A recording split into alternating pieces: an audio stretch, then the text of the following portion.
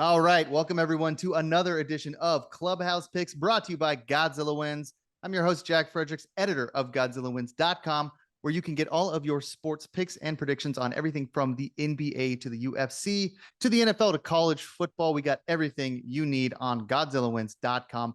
This is Clubhouse Picks, as always, your go-to podcast for PGA predictions, tournament previews, and salty picks for the veteran golf fan. It is a lovely Tuesday evening here in Mississippi on August 22nd. We are on the heels of the Tour Championship taking place in East Lake, Atlanta, Georgia. Only 30 players are left, and we want to be able to pick the winner. But first, before we do that, we are joined by a very special guest, Michael Chiong, founder of EVNPAR. You can go to evenpar.golf. That's EVNPAR.golf, and check out all the amazing things he's doing there. Michael, welcome to the show.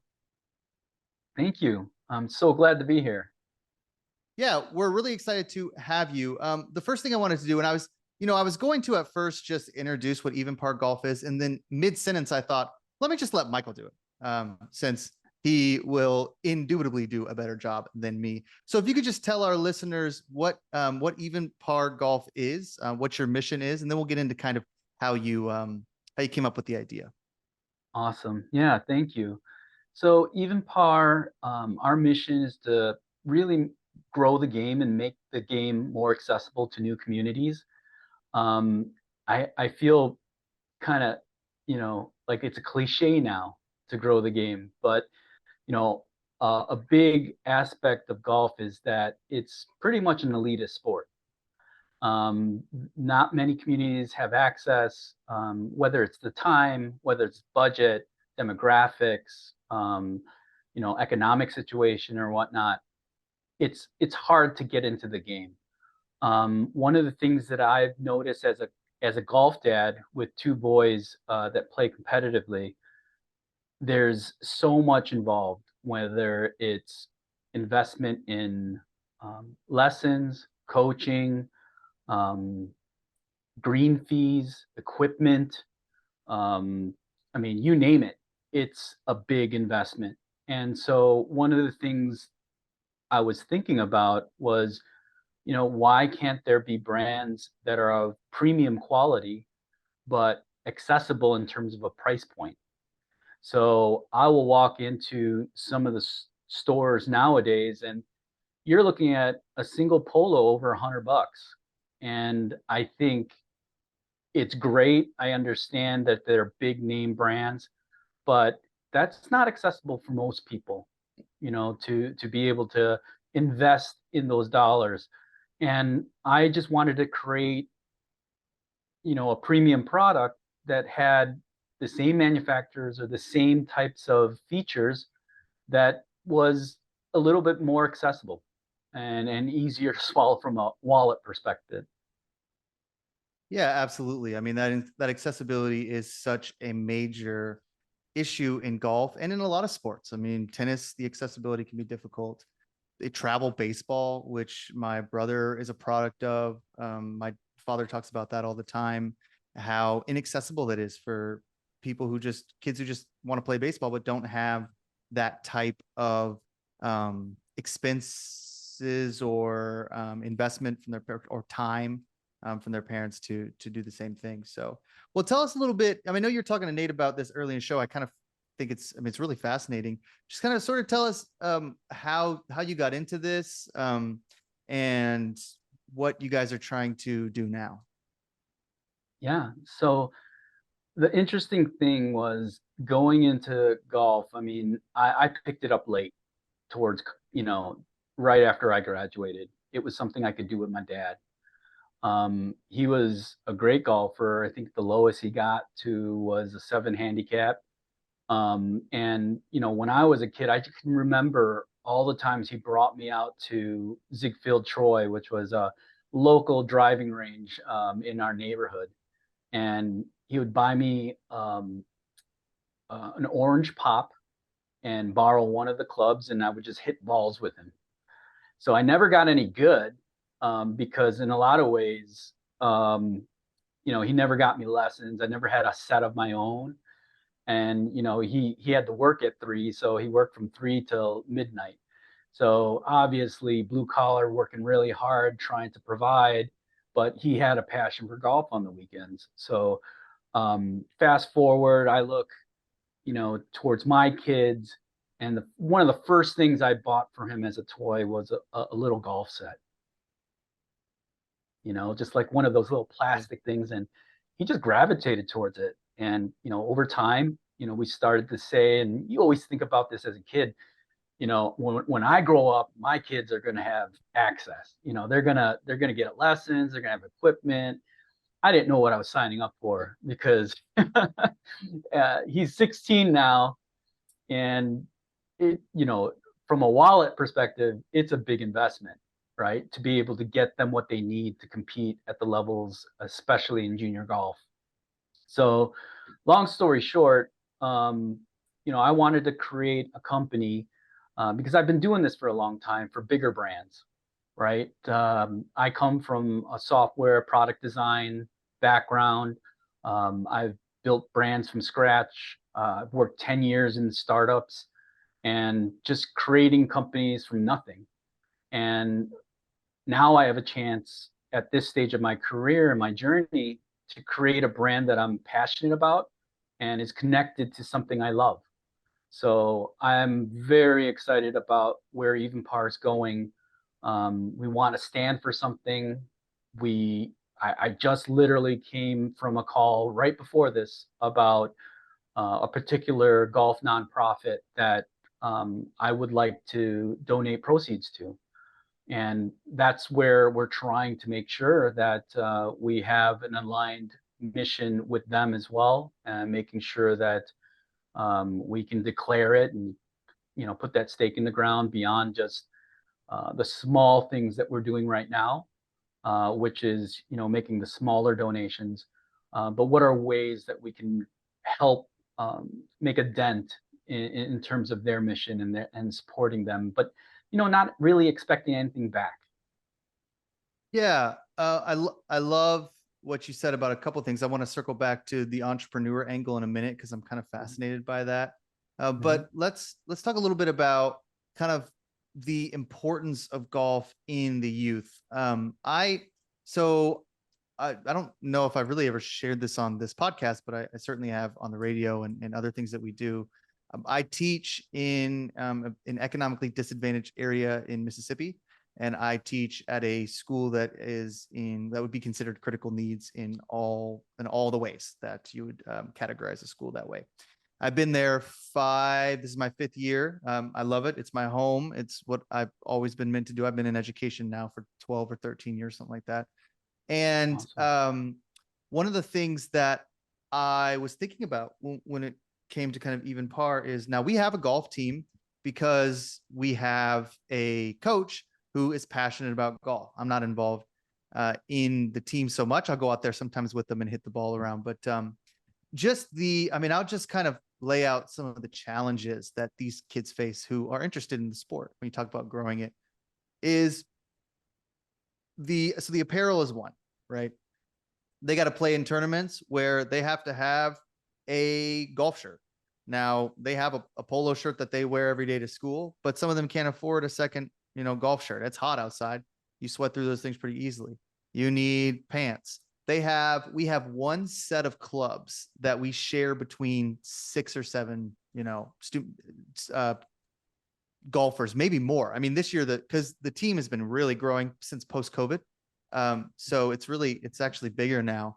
And the coach does a really great job of he's like, okay, here's my, youth set of clubs, and we're all going to practice with these. And, he shares his own clubs all the time with them.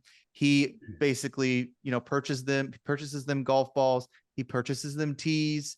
I mean, whatever they need, he tries to get it to them. And and then there's the challenges of water and all the other stuff that every coach deals with.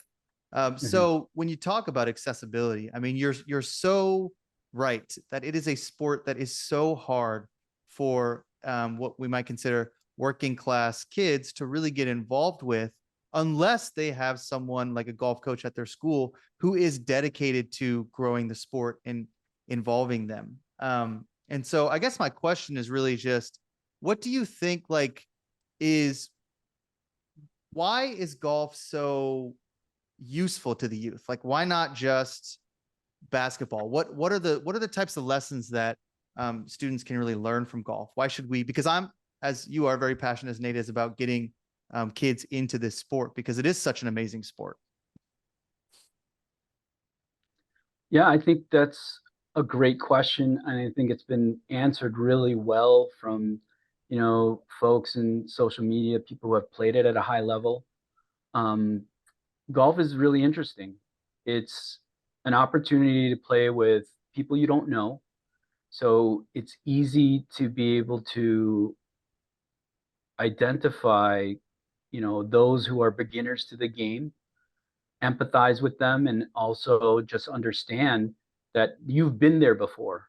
So cost of entry, you just have to put away your pride and understand that you're gonna suck when you start. Another aspect of it is, you're walking around for 4.5 hours with these folks, and whether you're talkative, you take the game seriously, there's a sense that you're rooting for one another when you're out there, encouraging them, um, having a nice putt, um, or a great swing, or making that effort towards trying to get that ball in the hole, and everyone's doing that with that common focus, to make the game fun.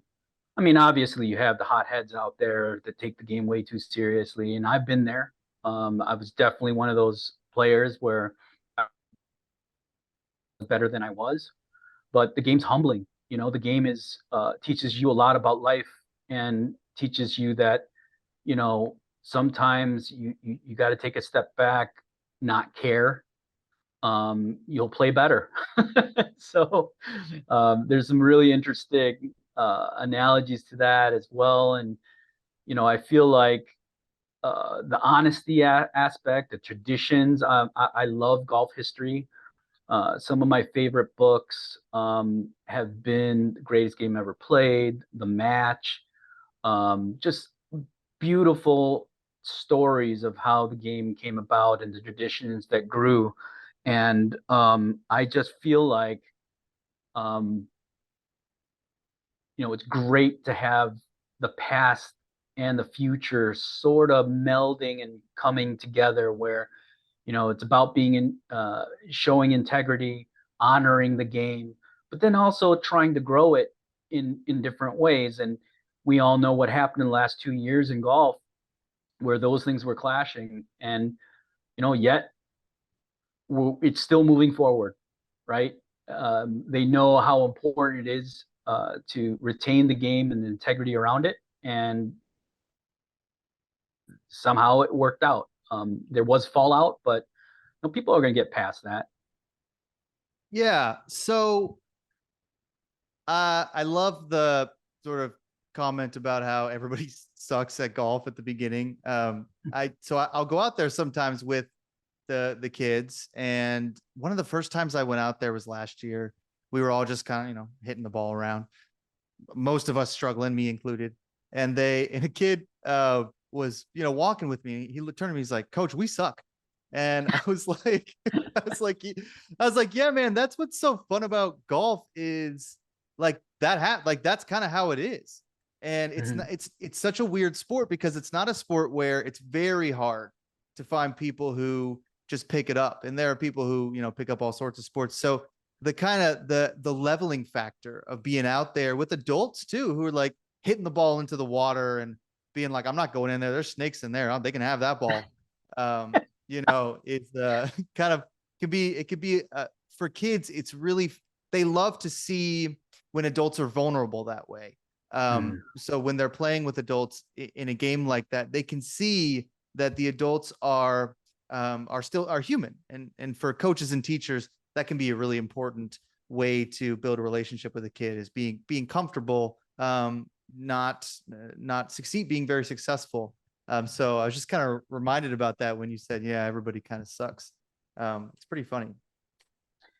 Yeah, it's interesting that I got to a point where, the last couple years, my sons have surpassed me in my abilities for golf, to a point where it's very humbling, kind of embarrassing for me, because they don't take my advice anymore because they know they can destroy me. Yeah. So, that's a good thing. I'm proud to be able to see them play, and walk with them and even coach them at times. But, you start to realize that you need a team around you. You need a village, right, of experts, whether it's teaching, putting experts, whether it's strategy, or people who just relate with them better, that they feel more open with versus an authority figure. I talk about it all the time, and my assistant coach is like, I think, early 30s, and he played at a very high level at Division 1, and he just jives with my son so much better. And you just have to let that go, as much as you want to continue to embrace that relationship. You're going to have to know that that particular individual is a better fit for him.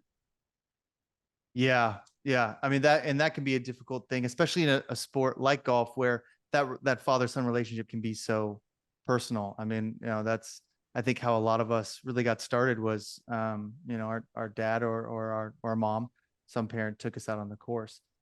Sticking with that, Yeah. I kind of want to know how has being a golf dad sort of changed or influenced your perspective when it comes to even par, or just, golf in general? Oh, geez. I think it's, you in my field, um, being able to identify what the customer needs, being able to do that research and empathize, how the industry is shaping up and growing, some of the challenges that it has. I think that's been the main insights that I've been using to drive what even par stands for. Um, it's been important for me to understand that elitist, stigma around golf is really one of the biggest barriers for a lot of people in terms of taking it up. I hear it all the time. Man, golf is great, but it's just such a big time suck. It's like 5 hours on a weekend. And, we have all been there waiting behind people and just being really impatient. It's no fun.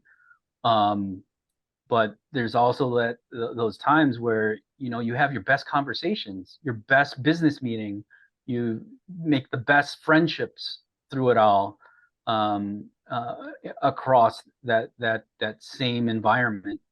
But when it comes down to, golf being somewhat of a challenge right now, I really do feel that we need to have great brands that are out there that are affordable, right? I think, if you go to one of the, everybody knows the famous big box stores out there. I'm not sure if I can say it. I can say it, right? Yeah. Yeah, like a Sure. Costco or a Target. You see a Kirkland ball out there, you're gonna pick it up. It's not a Pro V1, but you're gonna pick it up because it's a reputable ball. And same thing like with Vice. I mean, it's a great brand, very hip, has a really cool vibe to it, but it's not that super expensive premium ball, that's out there. But still, people play it, and my hope is that our brand grows to that effect, where people see the value. They see that we're competitive in the space, and we're gonna continue to innovate and grow our brand and our influence. And people choose that because, but it may not be the top dollar one, but it's something that you can rely upon, when you're looking for fashionable, apparel or gear. Yeah, I mean, Michael, so I've been listening, and I've sort of been juggling dealing with my dog too, but I've been listening, and I kind of wanted to I love the message of just like of starting it with kids, because I think there's been a lot of golf lifestyle brands, I guess you would call it. EVNPAR certainly one of those, I would think. Or is certainly trying to be But I love the idea of making it more accessible, because we've certainly seen in the social media space, people making golf cool. You know what I mean? Like the guys from Good or something like that. Yeah. They've certainly made it cool, but they're not making it accessible, right? So you guys are trying to make it cool and accessible, which I find to be really great. And I've sort of been thinking about my own experiences with golf as well. And to sort of circle back to what you were saying earlier, you know, the value of learning young. There's not a single person I know. I have tons of friends. I'm in my mid 30s. I have tons of friends that have taken up golf as an adult, right? And Yeah. there's every single one of them says, I wish I started when I was younger. Every single one of them, right? Yeah. And that's the kind of cool part that I like about what you're doing, is that you're really sort of hitting this moment when golf is sort of becoming cool and making it accessible. And I just love that for you guys. And I Yeah. love that that's sort of coming together.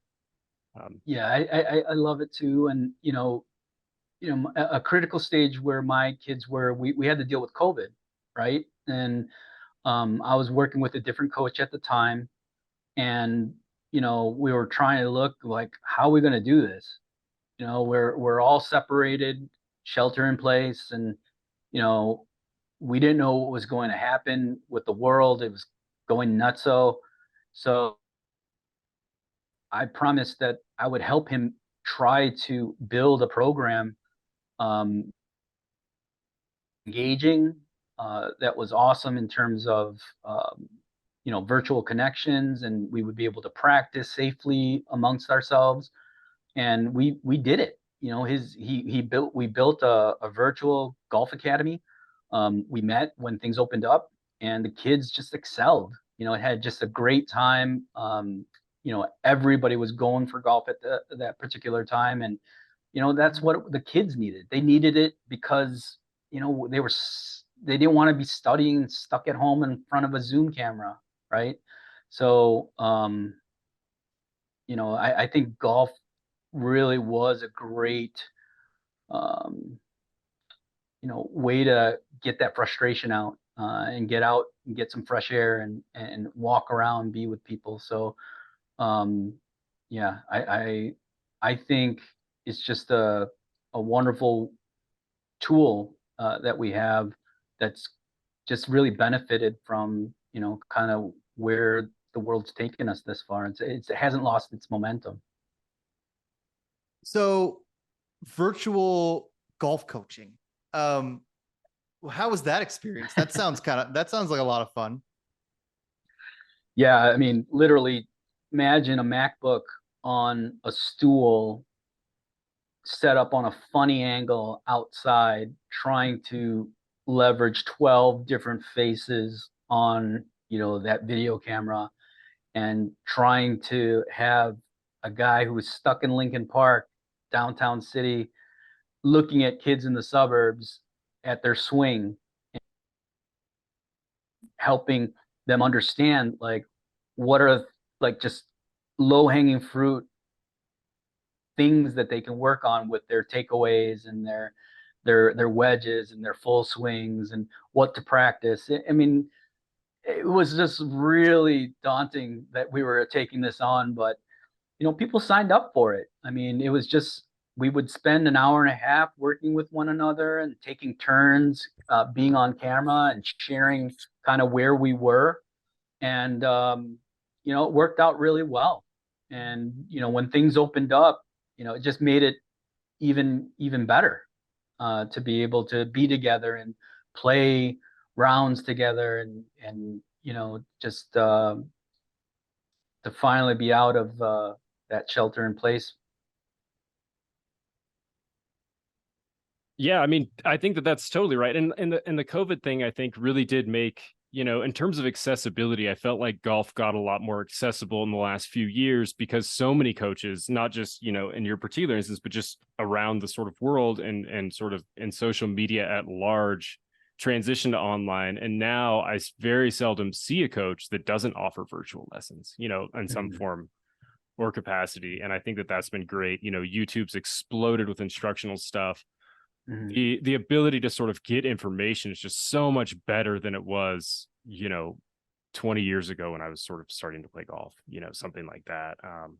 And all of that, I think, helps to sort of grow this, for sure. Yeah.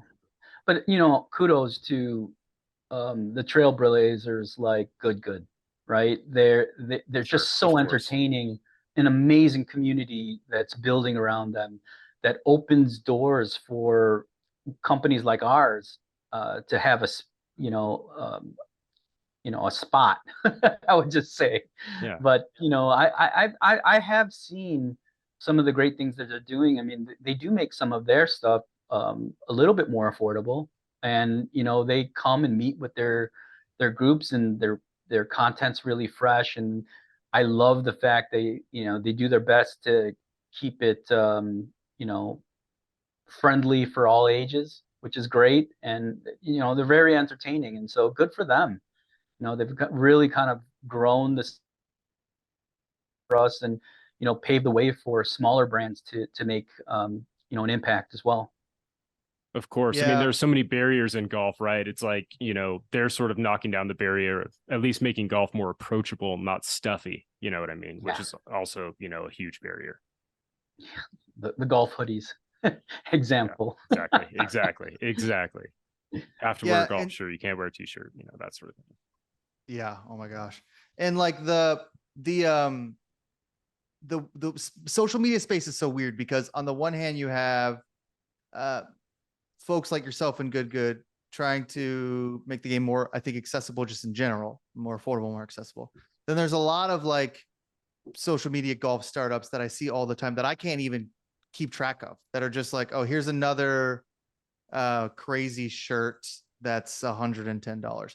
Not that, look, I mean, yeah, I buy those shirts. Like those are targeted ads for a reason. Like I buy those shirts. So that's why I know about all the companies. But yeah, so it's kind of a weird space. I'm really curious in how the entrepreneurial experience for you has been with this new startup, since you've been in the business for such a long time. Just kind of like what that experience has been like having this startup, and one that has sort of a clear mission and that you're very passionate about. And then I'm also kind of curious as to your like vision, like in the future when EVNPAR becomes, as successful as you want it to be. What is like the one thing that you want people to associate with the company? Those are very great questions. I'll take the first one. I think the entrepreneurial approach was desperation in a lot of ways. I had to kind of reinvent my career. Wanted to do something that I was passionate about. It was a lot more work than I realized, especially when you're putting down your own money, and what little of it you had at that particular time. How are we going to make this work? So it was really interesting. When it comes to design, when it comes to product, when it comes to branding, that stuff is easy for me. I can do that with my eyes closed. However, when it comes down to actually pressing a shirt, making sure you can fulfill an order on time, make sure you don't mess up, one of the screens or something, that's a whole new level. I mean, I've been sitting behind a desk for over 20 years, and now I'm pressing things in the heat and driving out to freaking, 30 miles away to drop off orders, just save a couple bucks from a, shipping perspective. It's humbling, because I know people do this all day, every day, and I'm just trying to make it work so I can fulfill my promise to get that order to them. And so far, it's just been warmly accepted. We've had to pivot quite a bit. So we've got 3 strategies right now. Our first strategy is a B2C model where we're trying to hit the masses. As you know, it's, you got to put a lot of marketing investment behind that. So we're learning quite a bit from the e-commerce space since we're an online shop. The second thing actually happened by accident. One of our kids that we sponsor, we have an ambassador program where we're really reaching out to the kids to wear our gear, right? And it builds confidence in them. They feel like they're part of a community. And one of our kids actually asked her coach and said, "Hey, there's a new company in town and wondering if you'd be open to allowing them to design our uniforms this year." I didn't ask her. She crafted a beautifully written letter as a freshman. And my goodness, it just opened up a whole new market for us. So we capitalized on that and we started reaching out to all these school teams through the parents and whatnot. And like, this is like 4 weeks ago, we had like 5 schools that had orders right before the season. And, we fulfilled them. It was much more predictable revenue, bigger, definitely bigger purchases, working with partners and whatnot. Man, that was a blessing in disguise. So we're trying to capitalize on that. We're moving into the pro shops and providing that merch. And so we're really excited about it. And we wouldn't have gone that approach. We would have just tried to try our luck at the B2C model, but it's kind of helped us grow. Yeah, you're so right about the sports team angle in the business model. I mean, I don't coach anymore because I teach a lot of different classes, but when I did, I mean, that was a real thing. We had a lot of companies come to us and try to partner with us, and we're a small school with not a ton of revenue. I mean, not a ton of money. And still, we still have to have uniforms. We have to, I mean, the basketball team wants shooting shirts. We can still raise money for that kind of stuff. And so it is a pretty reliable source of income, and schools are so adept at finding money. I mean, it is one of the one of the funniest things about public schools is especially when you're talking about a sports team. I mean, teachers are so good at raising money and finding different avenues in which to procure enough funds so that kids can have like that stuff and be proud. I mean, like, we don't, at the school I teach at, we don't have like a team golf shirt. If we did, those kids would be so, I mean, it would be so incredible. Like, it would change so much. They wear it all the time. They'd be so proud. So you're right about that. I mean, it's a pretty incredible thing that y'all are doing, because it's such a hard sport to feel like you're welcome if you're not in a certain economic class, and that's just the reality. Yeah, definitely. And I mean, to your second question, what we aspire to, I mean, I want us to be a really close community. I want to remember our first customers. I want to be able to invite them to our first official EVNPAR outing, because they took a huge risk on us, not knowing what we stood for, whether our stuff was any good, but they went ahead and made those purchases, and, a lot of it was word of mouth, but, it was still a great way to support the mission. And if there's ways that we could, you know, give back that way and have a fun tournament, and maybe we get a set of, pro golfers one day that represent the brand and bring it out to the pro level, that would be awesome, to be able to see our customers celebrating together. So that's what I aspire to. I would love to see our community continue to thrive and grow and continue to influence and make impact. Well, look, Michael, I mean, I've got 2 head covers in my cart right now from EVNPAR. I can't even decide which one to buy because the designs are just, I mean, they're really incredible. So, I mean, they really are. Like, these head covers are awesome. And the shirts are as well. So you've done just a terrific job with these designs, I think, in my opinion. And so, I think just from the design, the way the the website is, and then your passion. I mean, I think the company has nowhere to go but up. I think it's going to be pretty incredible to watch you guys grow in the near future here. We're definitely going to keep an eye on that. So we want to thank you so much for joining us. This was such a fun conversation with, we love to talk to golf fans. It's like the whole reason we have this podcast. We just like talking golf. That's really it. So we're really happy that you were able to join us and share a little bit with us about EVNPAR. To all who are listening, you can go to evenpar.golf. That's EVNPAR.golf, GOLF, and check out all the cool things Michael is doing in the space and in the sport right now. You can find EVNPAR on Instagram as well as on Facebook. Go ahead and try to find them and follow them for all the latest apparel drops and everything else. So Michael Chiong, we thank you so much for joining us, man. This was so much fun. Yeah, thank Yeah, you. this was awesome. Really appreciate the time and your show. So thanks again. All right. Well, thank you, Michael. And we will, in very briefly, in just a minute, we'll transition to our tour championship stuff. So we'll have some picks for you. I know Nate's locked in to the tour championship.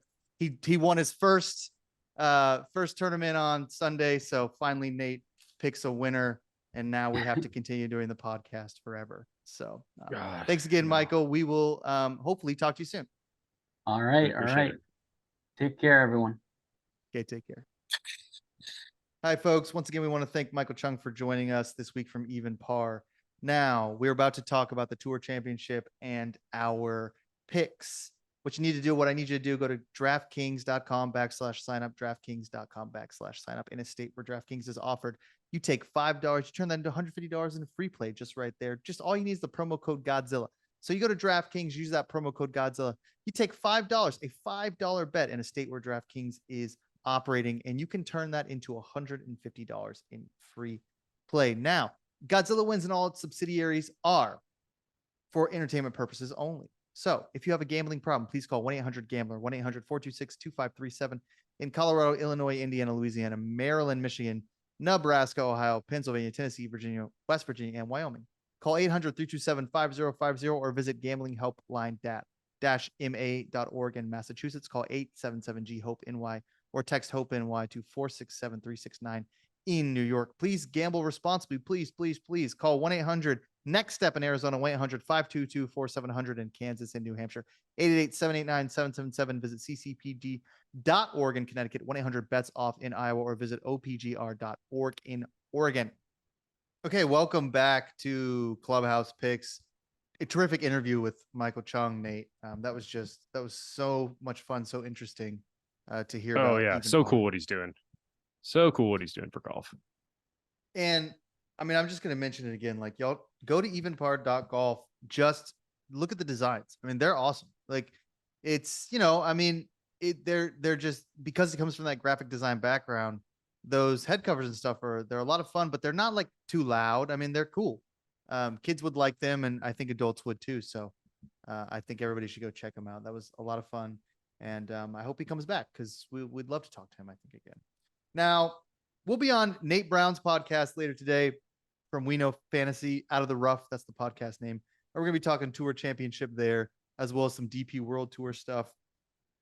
But we wanted to do just a quick picks here. Now, the Tour Championship is a little weird. It's a little bit different.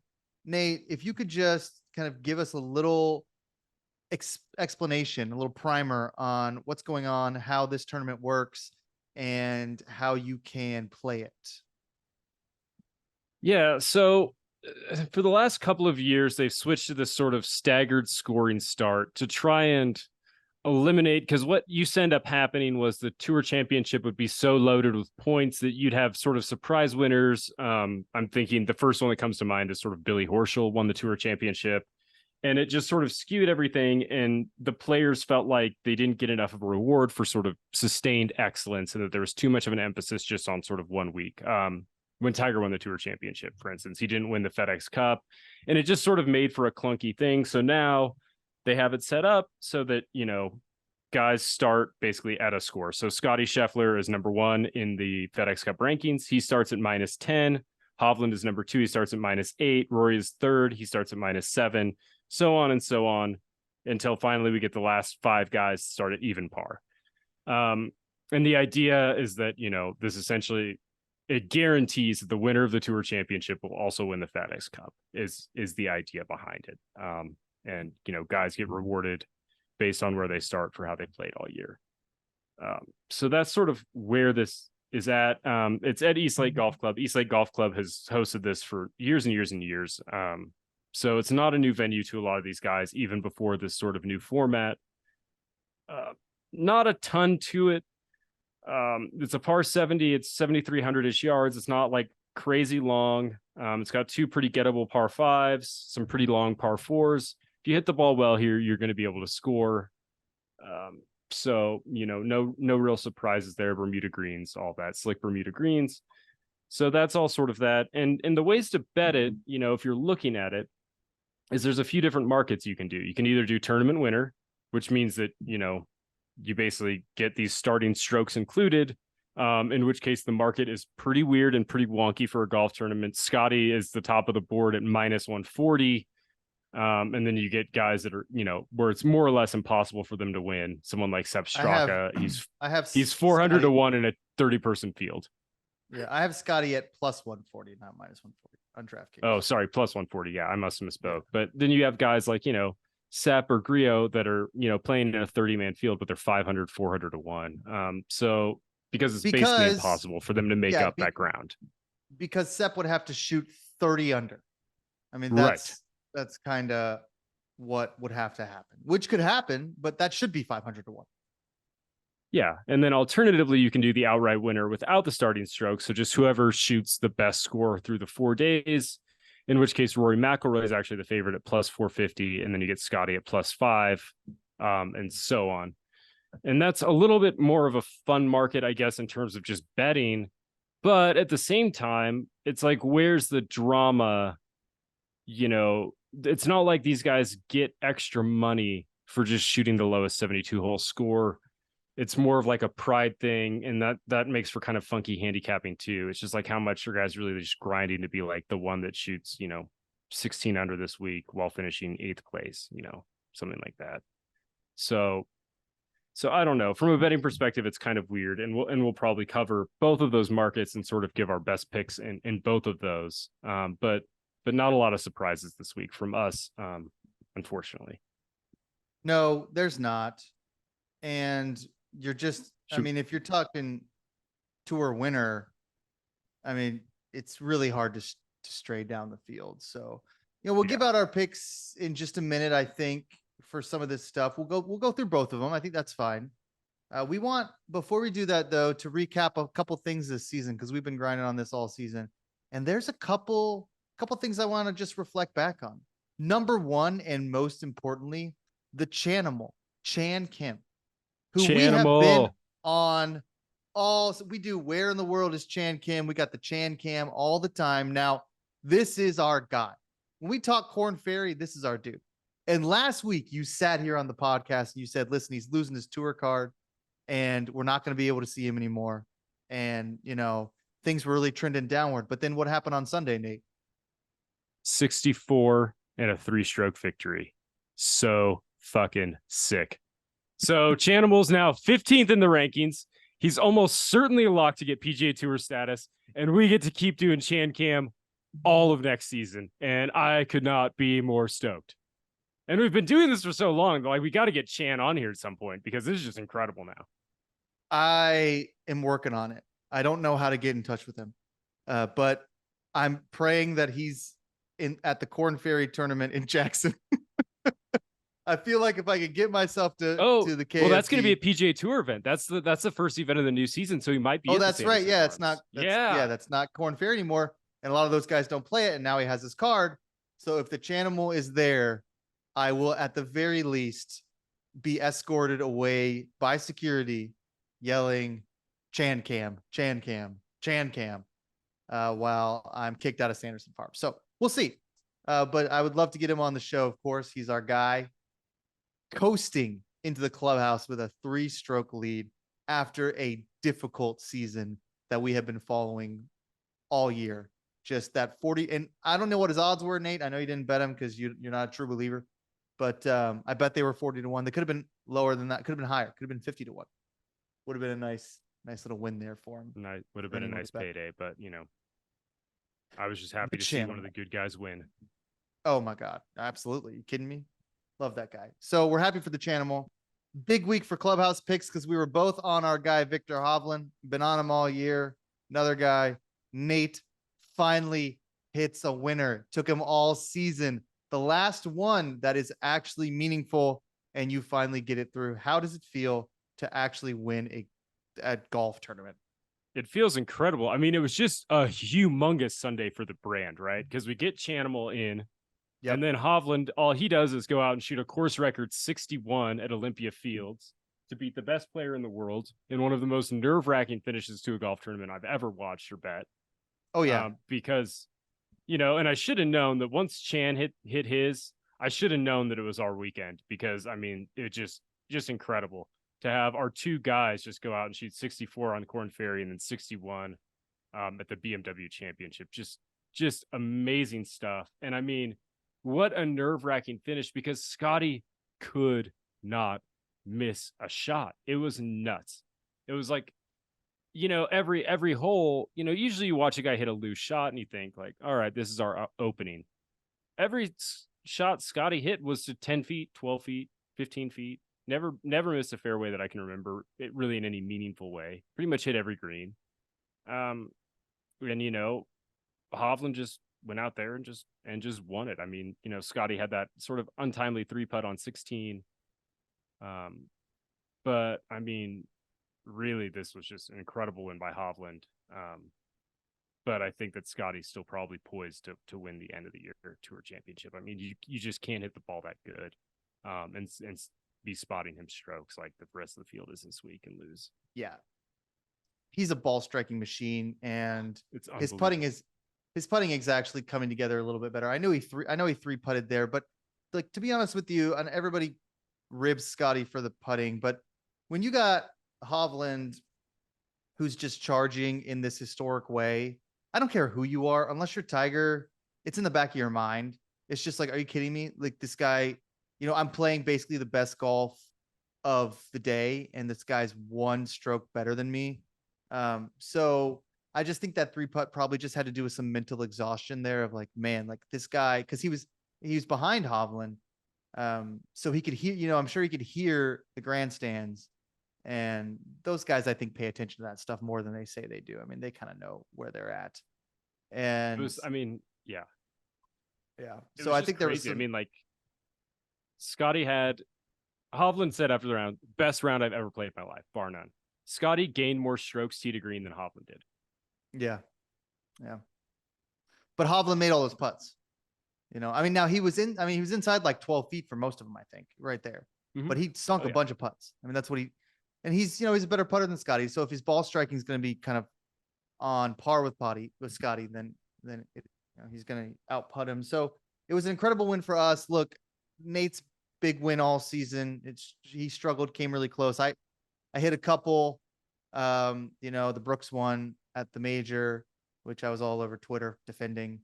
And the Ricky one, which we actually hit. So it wasn't your first. You hit Ricky, at least on the podcast. So we both hit Ricky. Then I hit Lucas Glover last week, and now Victor this week. So I've got 4 for the season. I think that's pretty respectable. It really started to come together for me here at the end. I kind of think that maybe that has to do with the fact that it's a smaller field. That's like we only had 50 guys to parse through last week. Yeah, I know. And because I've been on the moon. I mean, I've been walking around being like, dude, I'm the man. I'm just over here nailing golfers left and right. I don't have a spreadsheet. I don't have a model. I just have my gut. And then I think, yeah, but I mean, like, usually if you have 200 golfers, 170, whatever, and then you had 50. So, I mean, the odds that you hit are significantly more. And if it were like that all the time, I'd probably crush it. Though I thought the Glover one was a pretty gutsy play anyway. A lot of guys got off Glover because they didn't think he could win 2 in a row. 75-1. A lot of people got 80-1. Some people touted 100 to 1. I never saw that. Not to say you didn't get it, but you had to be pretty early. So, and there's some longer ones out there this season. I mean, Harmon at 120, Wyndham at like 110. Those were majors. So the long odds were there, and we hopped off guys way too early, and we're not going to do that as much next year. But I really think, like Nate, as far as the season goes for us, I feel like we are just kind of warming up, and I'm pretty excited to go into the fall and the winter and into next season, doing this thing for real. I think we're going to have a much better season next year because we've learned a lot about how to approach this stuff in a way that makes sense. Yeah, and how to approach like the elevated events. This is the first season that we've seen that, and for so long, I can remember, in the early days of this podcast earlier this season when we were just like, God, do we just bet the favorite every week? They're just going to win every golf tournament. And then we really started to get to see the parity of the PGA Tour, as the sort of season wore on. And we got to see the sort of golf that we're used to, which is, like you said, Wyndham sneaking in, winning the US Open, Brian Harmon at the Open Championship. Like those sorts of wins that we thought earlier in the year in February, March, when it just seemed like the Scotty and Rahm show felt impossible to happen. So, and even though really it cool. felt impossible, it just wasn't. Chris Kirk, I know they didn't play that tournament. That was a great win for him. You had Sepp won a tournament. A couple other guys. Did Harris English win one this year? Harris did not win one this year. We would have been on it. He was close though. Yeah. So a couple guys, there, I'm just going through memory, but there were some others that, were like long shots. I mean, guys who don't always win tournaments. Yeah. And some other guys long shots, but yeah. Some other guys who I'm excited to see, I think, make some noise. Russell Henley has been around. Justin Suh is kind of always sneaking up there. Some guys like that I think we really need to talk about next year as far as where their ceiling is. And then, of course, Sungjae Im, who I think we all should be on all the time. And we are, and we never win. But Sungjae is going to have a year. 1 year, Sungjae is going to have a year, I'm telling you. Dude's too good. He's putting his game back together now. Yeah. Yeah, he looks really good these days. So, okay, let's talk a little bit about the picks. I mean, I don't know, man. It's like, okay, whatever. So we're not going to do what's in our bag because there's no reason to. It's a 30-man field in a weird staggered event. So let's just do tournament winner to start with those odds for the adjusted staggered. Who do you kind of like in this field? I mean, is this just bet Scotty at basically 1.5 to 1 or what? I think so.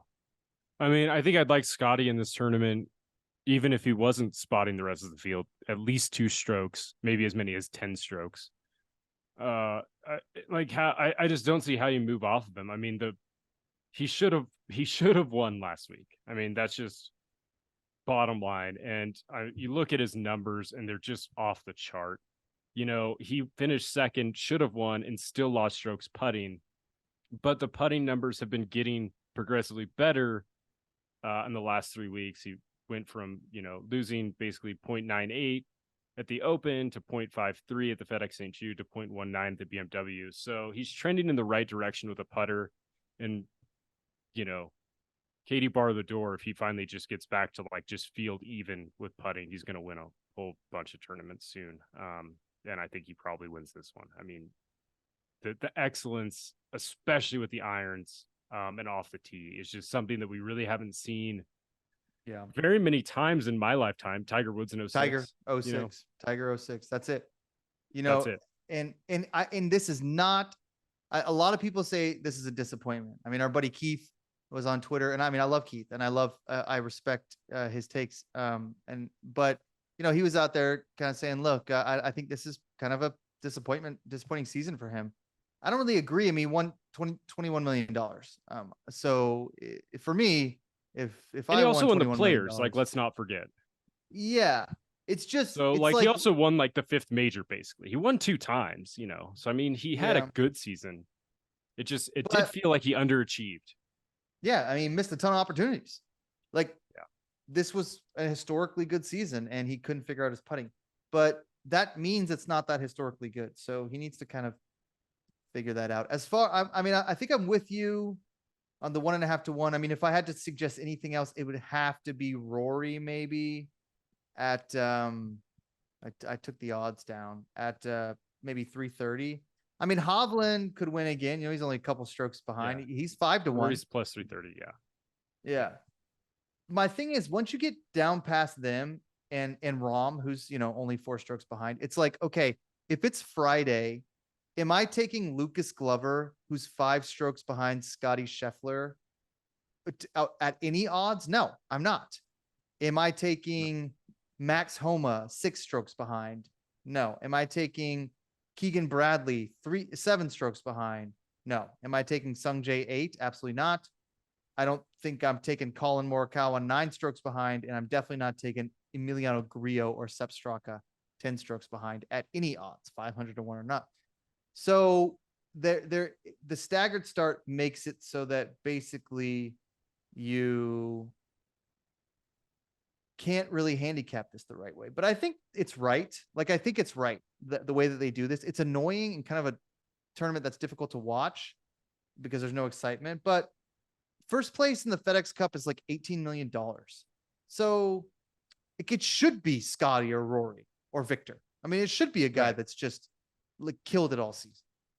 Yeah, and you know, like last year there was drama. Like Rory shot a hell of a final round last year to steal it from Scotty because Scotty kind of stubbed his toe with the 73 in the final round last year after putting up 3 rounds in the 60s to kind of build a lead. So, yeah, I mean, there are guys that, you know, it's not just like a coronation ceremony for 4 days, but it's not the type of sort of tournament that we're used to, and it's not the type of tournament that's, you know, the reason we love golf, for sure. Yeah, I agree. So, okay, I'm going to say I like Victor then at 5-1, and maybe I like Scotty at 1.5 to 1, but I don't like anybody else. Now, and you just pretty much are saying Scotty. Pretty much, yeah. I don't know, Johnny at 8 to 1, John Rahm, baby. It's kind of fun, but let's not get distracted with that. Okay, so then the outright winners. Now, this would just be shoot the lowest score, like in a live tournament, like, oh, Fleetwood shot the lowest score and he's been in the clubhouse for like 9 years. Anyone you like here? I mean, Xander, right? This is Xander's course. He dominates here. I mean, I think it's got to be Xander. I mean, since, you know, they changed it to this sort of weird format in 2019. And the 4 times that Xander's played, if you just drop the adjusted strokes and you're just looking at guys with the lowest 72 hole score, he's second, first, third, sixth. So he's never finished out, you know, I mean, he's just always there. At 9 to 1, it seems, you know, he's not gonna probably catch Scotty starting at -3 and spotting the best player in the world 7 strokes to start the tournament.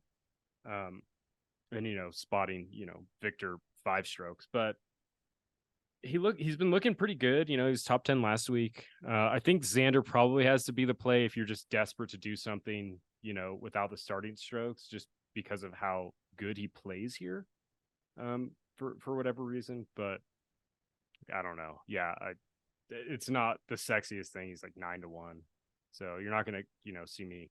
If you like anyone else, it's probably like Sung Jae, maybe. Yes. You know, if you're looking at like a little bit longer odds, like Sung Jae at 35. What's wrong with Sung Jae? Nothing wrong with Sung Jae. I just, like, my thing is, like, I just don't know how much these guys care about just being like the 72 hole medalist, like, and like moving up the leaderboard a little bit. You know what I mean? Sung Jae, like, I guess that's like why plays for keeps.